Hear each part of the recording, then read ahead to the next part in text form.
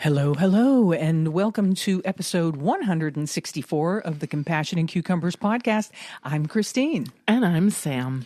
We hope you're all taking good care of yourselves and in your tribe. We sure do. After the election last week. Here's what's coming up on today's show.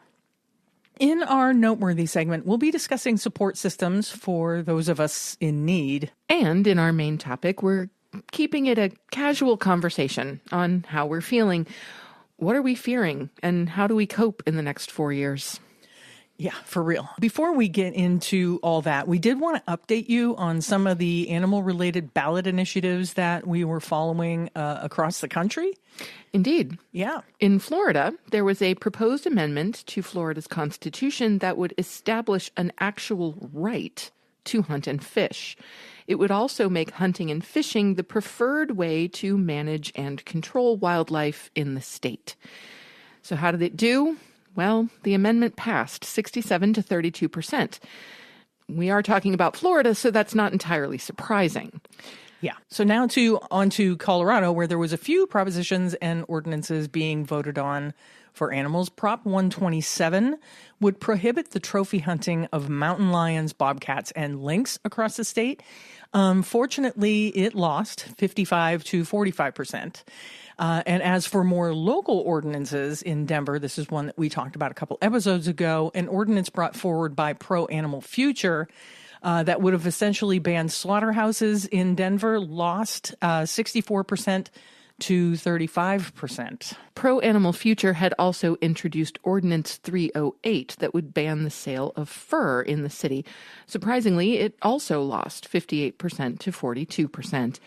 And in California, Direct Action Everywhere put a couple of things on the ballot targeting concentrated animal feeding operations, or CAFOs. In Berkeley, Measure DD would ban commercial livestock farms. It passed 59% to 43%, but up north in Sonoma County, it was a little different. A coalition including Direct Action Everywhere were trying to pass Measure J, ending CAFOs in that county, and it lost big time, 85 to 15. Yeah, so a lot of disappointments there. In Berkeley, we're calling that a win, even though in Berkeley, there are no CAFOs at this point. So it's not surprising that the vote went that way. Sure, but at least we can see it as there will be no commercial livestock farms in Berkeley. So they may not exist yet, but that potential was there, and now it is not. Yeah. So number of disappointments there, though. In Colorado especially. In Denver. I mean, that's kind of sad. That did not go our way, as we know, a number of things didn't go our way this past election. We have a quick correction from last week's episode. Christspiracy, the film Christspiracy, is available for free on their website, christspiracy.com. So I think last week we said there might have been a fee to rent it or download it. I believe that it is actually free for all. That's awesome news. For all to watch. I like that. Yeah, so if you've been wanting to catch that, then check it out, christspiracy.com. We don't have a recipe this week. We're postponing a lot of things for time. Actually, we're actually throwing the whole normal agenda out the window. Out the window, down the street, wherever. We're throwing it away. We're living in a different world today than we were last week. So we have some things we wanted to talk about, and I wanted to make time for them. And first up, we wanted to tell you where you can turn for help in these uncertain times of ours. I think it's pretty fair to say that anyone who is a member of a vulnerable population, for example, people of color, the LGBTQ plus community, the trans community, are going to be dealing with some heightened mental health issues. Absolutely. In the coming weeks, months, and years. Mm-hmm. And so I think it's really important that people know that they are not alone in this, that there is support out there, and that there are millions and millions of others just like you who are feeling the same way. And to that end, we first want to introduce you to AFSP AFSP.org. The AFSP is the American Foundation for Suicide Prevention, and on their website, they have a really quite wonderful section on LGBTQ crisis and support resources. So those are specifically geared to the LGBTQIA plus community. Yeah, first up on their list of resources is a wonderful organization called the Trevor Project. They provide confidential support for LGBTQ youth in crisis 24 hours a day, 7 days a week. And that lifeline number, if you are an LGBTQ youth in crisis, is 866-488-7386.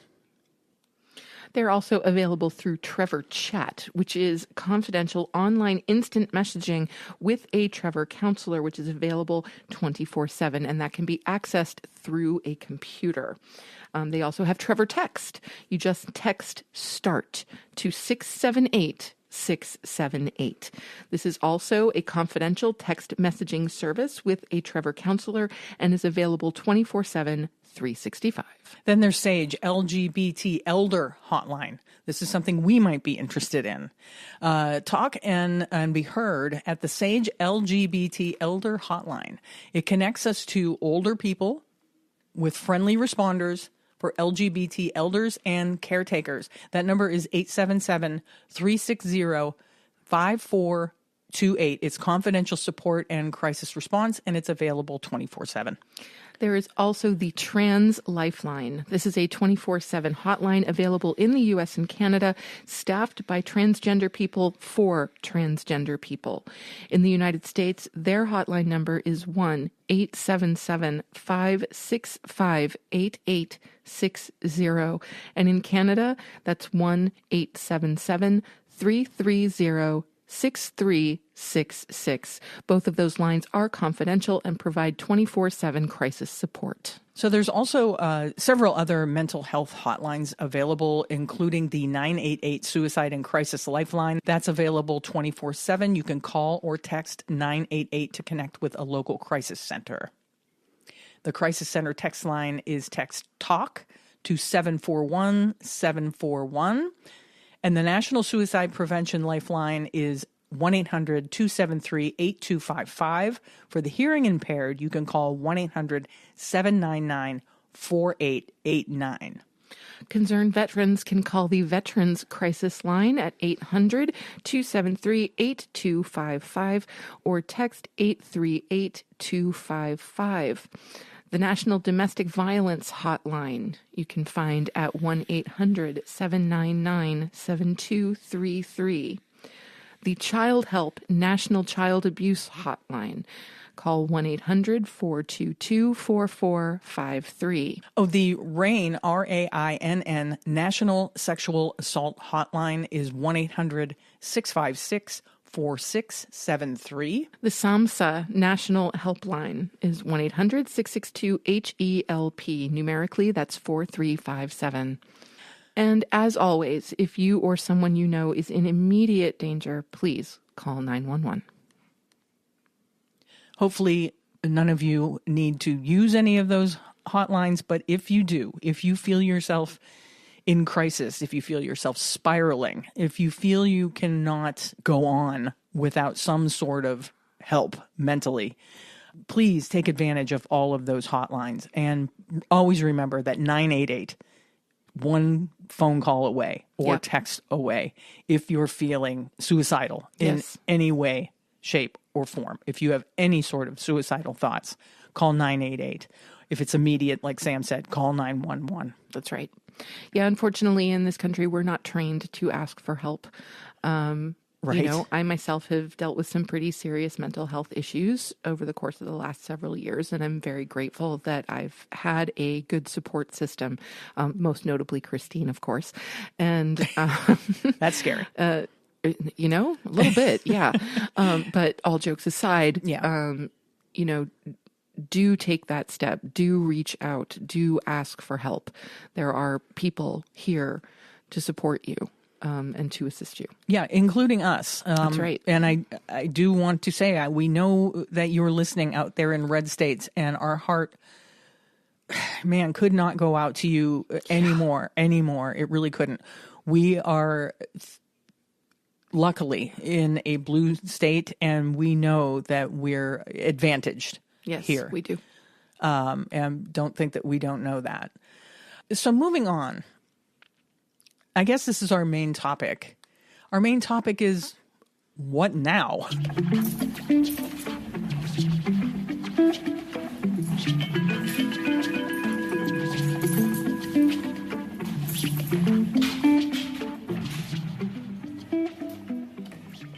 That's a great question. So I'm sure a lot of us woke up on Wednesday or woke up in the middle of the night Wednesday. So we just wanted to have kind of an open conversation about how we're feeling, what we're fearing, Yeah. and how we feel like we're going to go forward. I know for us, last Tuesday night, we stuck with the election returns for as long as we could.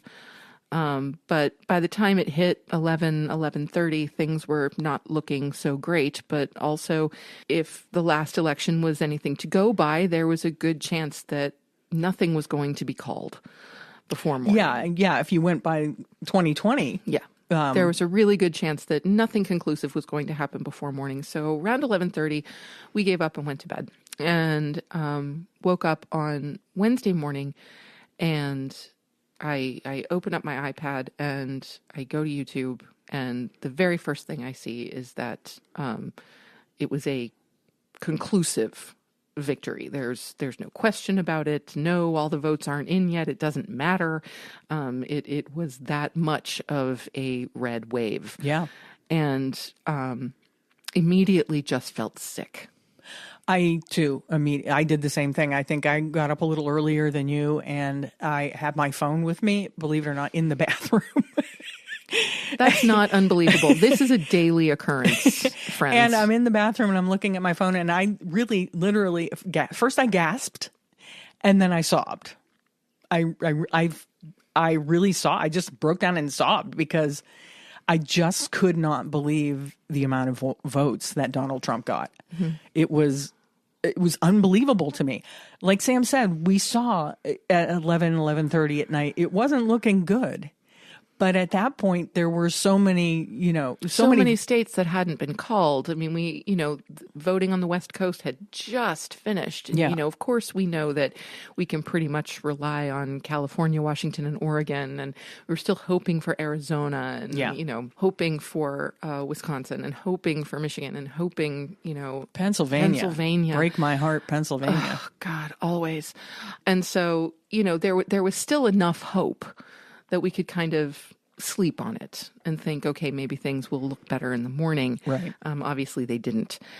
And so for me, I didn't even get to sobbing because I think I was too stunned. Yeah. I remember sobbing in 2016 when I was in Wales and you were here, and we're kind of like, oh my God, you know what? Let's just sell the house and Christine, come to Wales. We'll figure it out. Yeah. Which, of course, we did not do. This time, I think I was just too stunned. Because in the 2016 election, as much as I did not want Donald Trump to win, I didn't like the alternative either. Right. I voted for Hillary. We voted for Hillary. We weren't thrilled about it. For me, it was very reluctantly. Yeah. I was not thrilled. Because we knew Hillary Clinton was more of the same as far as the absolutely. Democratic Party went. Absolutely. Yeah. More of the same. Mm-hmm. And so wasn't crazy about that, but, did it anyway. And just could not believe that Trump won. And so I remember sobbing. It took me out for a whole day. I just did not handle it well. And here, last Wednesday, knowing I had to go to work, knowing I had to face my students, right? I couldn't indulge in that in kind of the same way. And so I really just kind of stuck to stunned. And the reason I was stunned, I believe, number one, was partly because, okay, in 2016, we didn't have anybody good running against him. Right. There wasn't someone that I could actually get behind. Yeah. This time we did. Now, I'm not saying that Kamala is perfect. Far from it, actually, but the best candidate we've seen in a long time. I agree with that. I agree with that. And I really think that Joe should have dropped out sooner.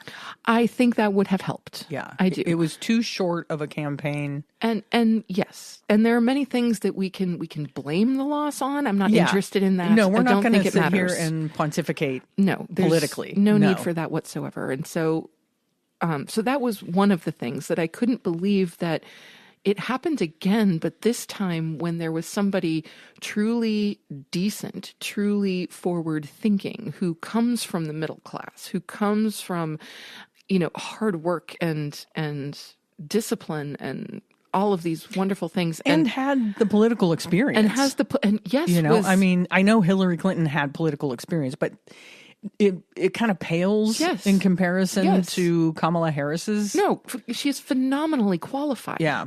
And so I just couldn't believe that happened. But I think even more for me, the stunning part was the idea that many people in the United States can be so easily swayed or motivated by hate.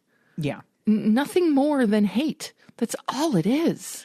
That's what it seems to be. The first post I made on my Facebook page was "hate wins" with a black background. Yes. I mean, I was so, and I believe a lot of people, so incredibly taken aback by that, and so upset. Yeah. And disappointed in the human race at that point. Yes, absolutely. And that morning I had a 9:00 class. So I get to campus and I go into my studio, which is all set up for performance mode because we had a show last week. Uh-huh. And the kids are sitting in the seating area of the theater, and they're normally kind of chatty in the morning, and the room was just silent. And this is a big class, 30 plus kids, and every single one of them just came in shell-shocked, blank, pale, tears in their eyes, just kind of a mess. And so we decided to just kind of sit and talk it out as much as we could.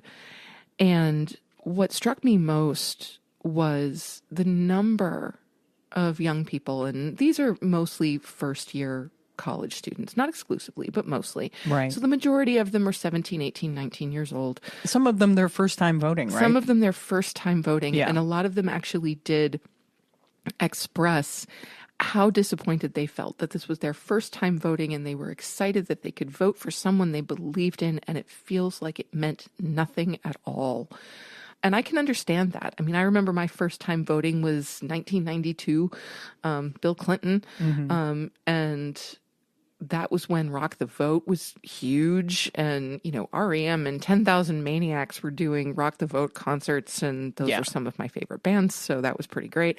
So I remember feeling like I was part of something. Yeah, getting the youth vote back then was really important. It was huge. Yeah, and so I was so proud to have voted that day, and I was so proud to have voted for the winner of the election. And so I can definitely empathize with what my kids were feeling on Wednesday morning. And then the other thing that I found just so completely horrifying was the number of them that just kind of looked at me and said, "Sam, my whole family voted for him." And again, these are 18, 19-year-old young women for the most part. Yeah. A few transgender students, a few young men, but mostly young women, not able to comprehend why their mothers, fathers, aunts, uncles, grandparents, even older siblings, essentially voted against them. Right. And I had no way of answering that. You can't answer that. You really, you can't. You just have to say, I don't know. And that's basically what I said. Yeah. I don't know, darling. I absolutely do not know. Yeah. Yeah. So, Sam was off consoling all of her kids, which I think was good for you. It is. Yeah. That was good for me. I'm glad that I wasn't in a position to kind of wallow in my own feelings of disappointment and despair and, just complete consternation over how so many people could be motivated by hate of someone who is different than them in some way, whether it is the race question, whether they're anti-Hispanic or they're anti-Black or they're anti-gay or they're anti-trans or anti-woman or whatever it is, that they could just roll with that. And I have to say that the amount of racist, sexist, just rhetoric that is coming up everywhere now, it's blowing up like crazy. It's like now all of these people who were kind of under the radar. Yeah, well, they're emboldened. They were emboldened during his 2016 win. But it's so much worse this time. And it's gotten worse. Yeah, it's gotten much worse. Yeah. Yeah. So I am glad that that it wasn't a Saturday. I could stay home and just think about it. Instead, I was forced to be with my students, be with my colleagues, with all of us talking things through. We even had a faculty meeting that day. Yeah. And thank heaven for that. It was certainly acknowledged that the energy in the room was a little low that day and everybody was feeling a little despondent. But at the same time, there was good news to be had in that meeting. And work to be done. And there was work to be done. Yeah. And it kind of reminded me that what we do, and by me, I mean myself, my colleagues, educators everywhere, what we do will never be more important than it is now. Yeah, absolutely. And not just to educate our students in the disciplines for which they have come to college. That's fine. That's great. But in reality, that's almost secondary to perhaps just teaching them to be curious, engaged, able to think for themselves, kind, compassionate, community-driven, supportive of each other. Like, that's what needs to happen right now. Yeah. Give them the tools they need to be good people. Yes. Right? Yes, more than anything. Yeah. And to support each other. And that was one of the things I was really impressed by my students all day on Wednesday, was that they were there to support each other. One student would tell a horrific tale, and 2 or 3 others would just go and surround them and hug their shoulders and hold their hand and stroke their back and just give them comfort and try to coax them to calm. And it was really kind of amazing to see. Yeah, I think it's a good thing for a lot of those kids that they are here in school and have that community of peers around them. Absolutely. Through all of this, because it's not good, guys. I can tell you, as someone who was alone all day Wednesday, and I'm telling you, nothing really hit me. Of course, I was extremely disappointed and angry at what happened in the election, but a big part of me was just numb. Yeah. A big part of me was just, after saying how, why, I just spent the day kind of numb, and things didn't really hit me until Thursday. Yeah, that's right. And then by the time Thursday rolled around, then I had enough time to think of all of the things that I was afraid of. Yeah. That I was afraid was going to happen over the next 4 years. And that's when I just kind of broke down. I kind of lost it. You did. Of course, we're married. We are. And we are federally, legally married. We are. And I know one of the first things, or the last thing Sam said to me before she walked out the door Wednesday morning was, well, we might not be married anymore. Yes. And I would like to state for the record right now that was a snarky Wednesday morning, I'm pissed off about all of this kind of response. Oh, no. And I know that. Because I do feel differently about it now that my rational brain has actually kicked in. Right. Yeah. No, I feel very differently about that now. Yeah. And we'll get to that later. Yeah. I mean, but so that's one of the things we fear, losing our right to be legally, federally married, and all the things that go along with that, filing a joint tax return, all of the stupid, really, things that go along with that. I mean, they can't take away the fact that we love each other, that, and that we're together. They can't take that away. And chances are they won't be able to take away the fact that we are legally married in the state of New York. Yeah, they can't take again, we live in deep blue New York. Yeah, but just the idea that now we have to be fearful of that, Yeah. And then, all of the other things that I was afraid of, I'm like, okay, so what's going to happen if they, abolish the education system, right? Yeah. Okay, what's going to happen there? Are they going to take away the state's rights to, state universities? Or, what's going to happen there? I mean, like, your mind kind of starts to spiral. Oh, sure. After a while. Goes to worst case scenario. Absolutely. Of course. Worst case scenario about everything. It's like, okay, they're going to abolish the FDA. They're going to abolish the CDC. They're going to abolish. It's like, wow, this could be, really, really bad. It could. And, I kind of, by Thursday, I had kind of spiraled. Yeah, you did. Yeah. And then Thursday night, we went to see the kids perform. Yeah. They put on a dance concert. Mm-hmm. And the first piece that was done by one of Sam's colleagues, Charles, his piece, I started to tear up because then in my brain, I'm thinking, oh God, what if this goes away? Yeah. What if the NEA is no longer funded? What if the arts start to disappear? It's just like what happened in Nazi Germany. Yeah. When all of the things that we culturally rely on are starting to be taken away, piece by piece by piece. Oh my God.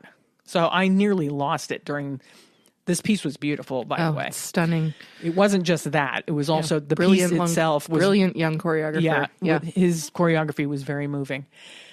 So those were just some of the things that I that immediately came up as fears. Sure. For me. Absolutely. And what is this going to mean for trans youth? And what is this going to mean for women seeking health care? That's right. How many more women are going to die because of miscarriage? What about women that can't have children? Are they not going to be able to get IVF? It's like the list goes on and on and on. Right. Or are we turning towards The Handmaid's Tale, and are young women who are fertile but aren't interested in having children going to be forced to have children? Right. How far could this go? It's hard to know. If you let your imagination run wild, let's not do that. You can really go down a rabbit hole. Yeah. Rabbit holes everywhere. Yes, absolutely. But I have to say that on Wednesday night, like Christine said, we were in production last week. And so we'd finished the final dress rehearsal of this concert that we were doing, and we were going to do a photo call afterwards, but we had to reset some things, change gels and do some technical stuff before the photo shoot could actually start. And in the 20 or so minutes between the end of the run and the beginning of the photo shoot, these beautiful young people who had been so completely shell-shocked first thing in the morning were bright and open and engaged, laughing, enjoying each other's company, singing and dancing like mad fools. It was so wonderful. And I was just sitting in the audience looking at them and laughing and going, okay, no, it's going to be all right. Just because, I don't know, just those 20 minutes were so perfect. And I had felt the entire day, the whole day, I had just felt so hopeless. And as you said, numb. I felt kind of like a zombie moving through the day. And then all of a sudden, there's these kids. And I'm like, no, that's real. All of this stuff that's going on, yes, it could get bad. And we have every reason to be nervous. We have every reason to be scared of this. But it doesn't give us the right to disengage. We cannot just kind of pull away from it, hide from it, put our heads in the sand. We have to go on. We have to keep doing what it is that we do. We do. We have to stand up. We have to stand next to or in front of or behind each other in every way that we possibly can. We need to support each other in every way that we possibly can. And so that, I think, for me, just those 20 minutes kind of restored my faith a little bit. Yeah. And I found that the next day, Thursday, was a lot easier. And Friday was easier. And now it's kind of like I feel like I'm on a mission. Yeah. You know, I acknowledge that I can in no way impact the big picture. You know, I'm no one in the grand scheme of things. But in my own little corner of the world, I do have the ability to affect positive change. Yeah. I do have the ability to support and protect and listen to my students, my colleagues, my friends. And that's what I'm going to do. You know, I think that's all we really can do. Yeah. But what you were saying reminded me of Patti Smith's People Have the Power. Yeah. There's a line in People Have the Power that kind of sums that all up, where she says the people have the power to dream, to rule, to wrestle the world from fools. We need to wrestle the world from fools. Indeed. And as powerless and insignificant as some of these things can make us feel, we do have the power. Mm-hmm. We have the power to make change within our own communities, and that's all we can do. That's right. Focus on your own community. Stick with your community. Find a community if you don't have one. Mm-hmm. And just do the thing. You know, I know it sounds trite, but be the change you want to see. Oh, the Mahatma never sounds trite. I'm sorry.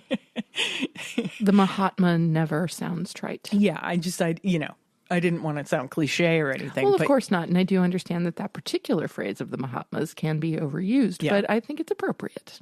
Yeah.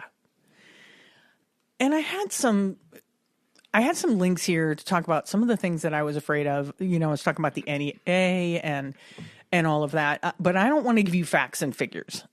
That's not why we're here. I already told you about some of my fears.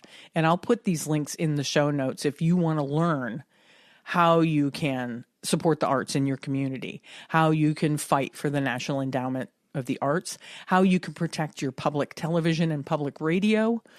And we do have some good news from the Human Rights Campaign. I love it when there's good news from the HRC. Actually, political good news. If you want to congratulate some pro-equality trailblazers who won in the past election. Yes, indeed. So let's give people some good news. So first, we would like to send our congratulations out to Representative Emily Randall, who is the first Latina lesbian in Congress. We have other Human Rights Campaign endorsed people who won. Senator-elect Elisa Slotkin. You should be familiar with Elisa Slotkin. She was all over during the Kamala Harris campaign. Indeed. Senator Tammy Baldwin was reelected, and she's the first LGBTQ senator in the country. We also want to congratulate Representative Sarah McBride, who is the first trans person elected to Congress. Senator-elect Angela Alsobrooks is the first Black person elected to Senate from Maryland. Representative Julie Johnson, the first LGBTQ plus representative from the South. You got some work to do, Julie. Oh, do you ever? But we're there for you. And last but not least here is Lisa Blunt Rochester, is the first woman and first Black person elected from Delaware. Congratulations to all of those people. Indeed. On their we are way. so glad that you are out there fighting the good fight for all of us. So there are some people out there fighting for us. They may not be the majority, but they're there. Yes. And their voices are loud. And of course, the HRC wants to congratulate all of the champions of equality and equity who are headed to Congress, including Senator Adam Schiff from California, Chris Murphy from Connecticut, Senator Mazie Hirono from Hawaii, Senator Elizabeth Warren from Massachusetts, Senator Angus King from Maine, Senator Amy Klobuchar from Minnesota, Senator Andy Kim from New Jersey, Senator Martin Heinrich from New Mexico, Senator Kristen Gillibrand from New York, Senator Sheldon Whitehouse from Rhode Island, Senator Tim Kaine from Virginia, Senator Bernie Sanders from Vermont, and Senator Maria Cantwell from Washington. In the House of Representatives, we have Shomari Figueres from Alabama, Terry Sewell from Alabama, Yasmin Ansari from Arizona, Raul Grijalva from Arizona, Jared Huffman, Mike Thompson, Amy Berra, Doris Matsui, John Garmendi, Mark DeSaulnier, Nancy Pelosi, Latifah Simon, Eric Swalwell, Kevin Mullen, Ro Khanna, Zoe Lofgren, Jimmy Panetta, Salud Carbajal, Raul Ruiz, Julia Brownlee, Judy Chu, Luz Rivas, Laura Friedman, Gil Cisneros, Brad Sherman, Pete Aguilar, Jimmy Gomez, Norma Torres, Ted Liu, Sidney Kalmagar, Linda Sanchez, Robert Garcia, Maxine Waters, Nanette Barragan, Lou Correa, Scott Peters, Sarah Jacobs, Juan Vargas, all from California. Yeah, all hail California. Indeed. Now, the list of representatives is really too long for us to do the entire thing. But we do want everyone, all of those wonderful Democrats returning to Congress who are committed to the fight for right and equality, to know that we are behind you and we thank you deeply for your service. Yes, and if you want to know the whole list of all those wonderful people, just reach out to the HRC website, and they have a link there, which I will include in the show notes. I'll make it easy for you. You can just click on it. Sounds good. Mm-hmm. We're skipping over all the usual stuff we do because it's just not a usual type of week. It's right. You're right. It's not a usual kind of week. So, we're skipping over Restaurant SOS. For our listener shout out this week, we just want to shout out all of you. We want to thank you so much for helping us create a sense of community. We want each and every one of you to know that if you need help, support, or just an ear, that you can always reach out to us. We are here for you. We will listen and help in any way that we can. It might go without saying, but please know that we are a safe space for the LGBTQ plus community, for women, for people of color, and for anyone that considers themselves other. Thank you to all of you that reached out to ask if we were doing okay. And we are. And we hope you are too. Yeah. I mean, we might not have said that a few days ago. This is true. I might have said, no, we're not okay, but we will be. Yeah. And I really feel like we will be. If you are not okay, like Sam said, don't hesitate to reach out to us. You can email us. You can DM us. I'm more than willing to lend an ear. If you're in a state where you feel unsafe, where you need help, just reach out and we'll give you as much help as we can. Normally towards the end of the show, we highlight a vegan organization of the week. This week, however, we want to point you, for any of you who are looking for an organization to support right now, I would love to point you in the direction of organizations that are supporting some of our most vulnerable people right now. And those are our transgender brothers and sisters. And so Christine will put the link in the show notes, but there is a wonderful article from them.us about organizations that are fighting back anti-trans legislation. Yeah, these are 100 organizations that support trans people in all 50 states. So if you are looking for any group to support right now, this is where to go. I know I have a number of transgender students, and I know that they are terrified. Yeah. They have been coming in to talk more frequently, and I'm very, very glad that they are. But they are absolutely terrified that they are going to lose the gender-affirming care that they've become accustomed to, that they are essentially going to lose the right to exist, to define their own identities. Yeah. And so I really would encourage anyone who is looking to support an organization right now to choose one that supports transgender rights. So it's time to wrap it up. Before we go, don't forget to subscribe to the show on your favorite podcast app and subscribe to our YouTube. You can leave us a review if you'd like. And with that, it's time to sign off. You have just listened to episode 164 of the Compassion and Cucumbers podcast, and there's nothing left to say but where cukes and compassion are always the fashion on the podcast. Thanks, James. Have a great week, everyone. We'll talk to you next Tuesday. We love you. We love you all. Bye-bye. The end.